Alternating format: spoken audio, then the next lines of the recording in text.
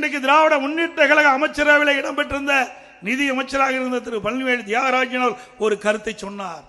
எல்லா ஆடியோலையும் வந்தது. இதுவரைக்கும் ஸ்டாலின் மறுக்கல, எதிர்ப்பு தெரிவிக்கல.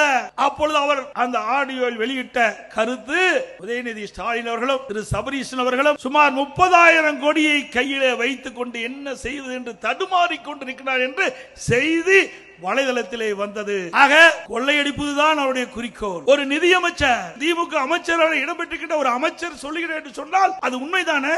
எதிர்க்கட்சி சொன்னா வேண்டுமென்றே திட்டமிட்டு சொல்லுகிறார் என்று சொல்லலாம். ஆனால் திமுக அமைச்சரவை இருக்கின்ற ஒரு நிதி அமைச்சரே சொல்லுகின்ற பொழுது அதிலே உண்மை இருக்கின்ற என்பதுதான் பொருள்.